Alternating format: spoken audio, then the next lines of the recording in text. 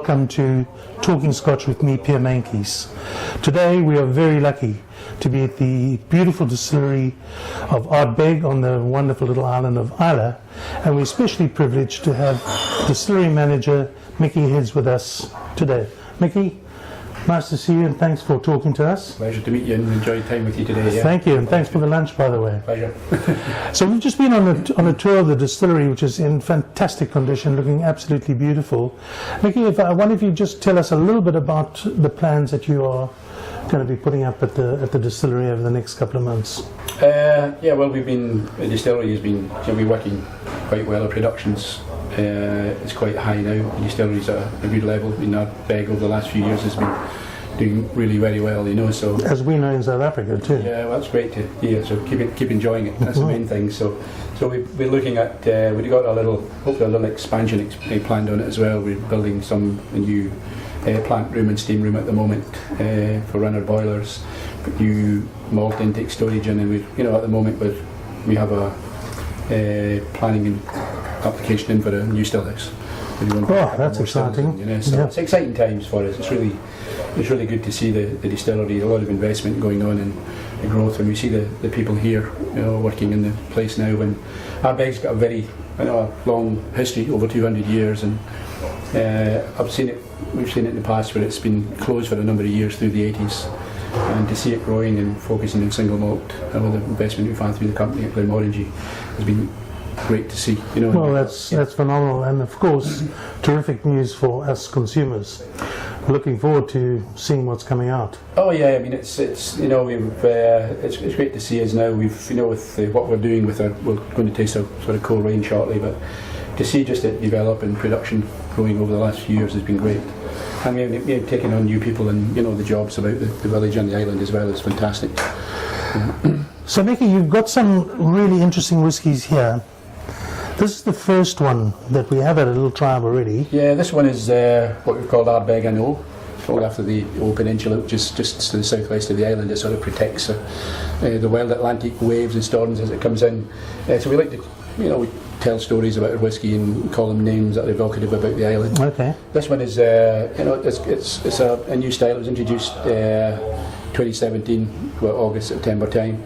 So it's a combination of Ardbeg. It's still distilled with the same phenolics as we have around about the 50 parts per million, for the whiskies that we have here. They're all the same. Different types of wood for maturing. This one is matured in a small amount of PX sherry cask, new char oak casks, and also some ex-bourbon casks. Okay. So it's put together and married in a few weeks in a special vat. And we put it together to let the flavours mingle and just start talking to one another and be really well balanced. So it has a sort of sweetness to it and a really complex taste to it. Well, it's a delightful colour to start off with. I'll nose it. Slightly softer than a normal Ardbeg. Yeah, the Ardbeg. The sherry wood and the new char oak is doing its work. A bit vanilla and the sort of spiciness, the chocolatey, butterscotchy notes in there. That's certainly on the nose.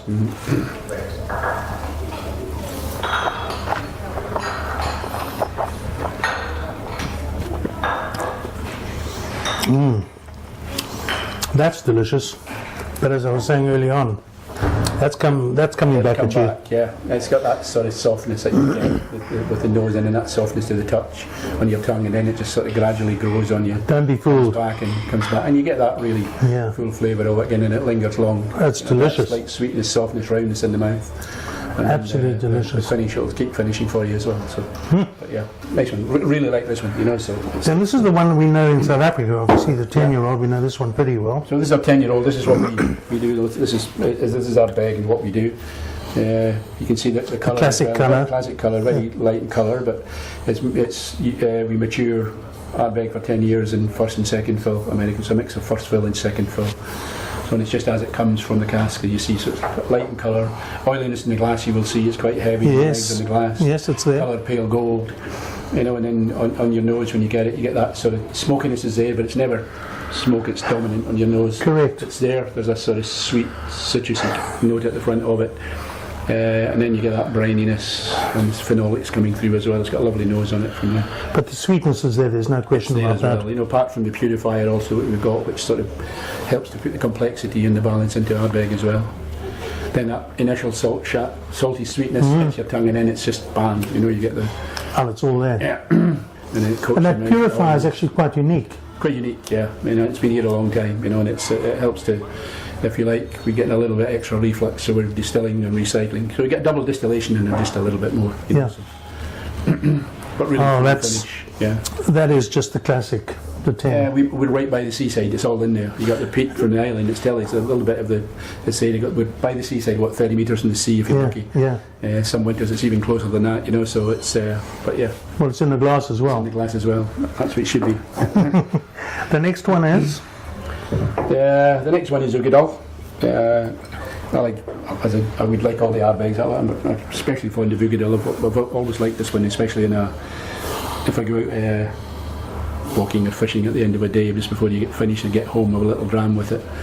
you can have the dram without walking or fishing as well. Eh? It's nice to do at the end of the day. Fringe is a lovely day, you know. Or even at home in a winter's night, if it's for us, if it's a wild winter's night, it's quite nice to pour in one and relax, you know. So Ugadal means dark place, so it's a dark, mysterious place. It's called after the loch that supplies the water to the distillery. So the water up there, if you can imagine the Atlantic rains, they come. And what's in that this loch direction. called, by the way? It's called Ugadal. Oh, so that Yeah, is it's the same as it's actually, called. okay, the name I'm after with you. the Yeah. loch. And it means sort of dark place. If you can imagine the Atlantic rains coming in, so we're looking that way into the South Atlantic, they come in this direction. Rains onto the hills, it percolates through the peat and the water gathers. So it's got the water has this tingy colour. You thought you were drinking tea earlier on today, didn't you? So we just eat the water. But it's got that sort of tinge to it, and you know, we tend to call the names and link them to the places. I think it's a wonderful idea, yeah. So this is used using American oak again, but also the heart of it's Oloroso sherry wood. So it's a combination of the both. Hence the darker Sherry, colour. Hence the darker colour on it. Yeah.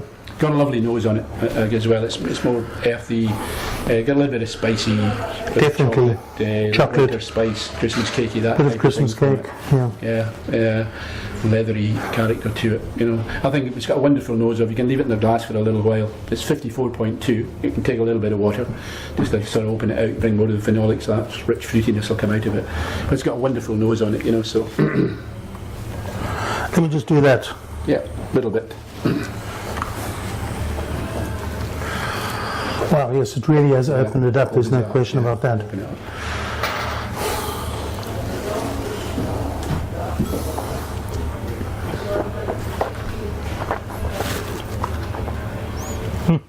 Yeah.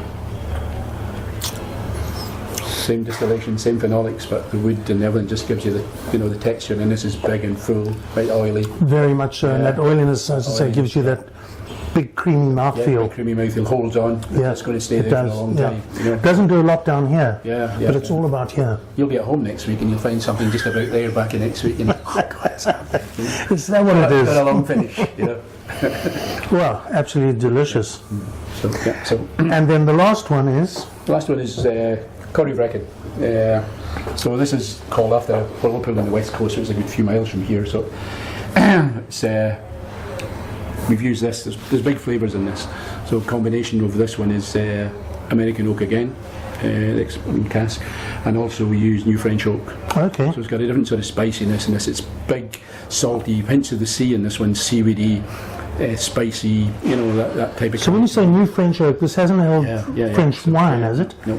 Nothing. Just into the oak along with the ex-bourbon cask. Yeah.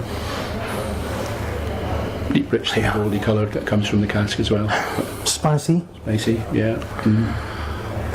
57.1 this one, so it's it That's will also take a Right up bit there. of water. Yeah. It's right up there with it. Yeah. So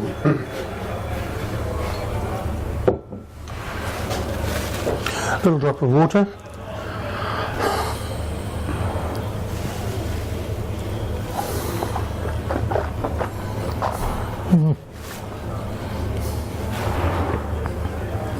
a lot of big flavours in there. It's like the little bit of big swirling sort of flavours in your mouth. Yeah. Tell you what, I'll find next year something in here. Yeah, it's a big full finish. That is so delicious. Yeah. And again, holds on, but again, very different in the type of. Very character. different, yeah. Get a little bit of, it's almost like a bit of chili spice, paprika, that type of Indeed, thing in it. indeed, yeah. Although that the iodine salty water, it's still in that piss, but there's like that cherry, there's sort of really dark, little bit of dark fruit in it as well.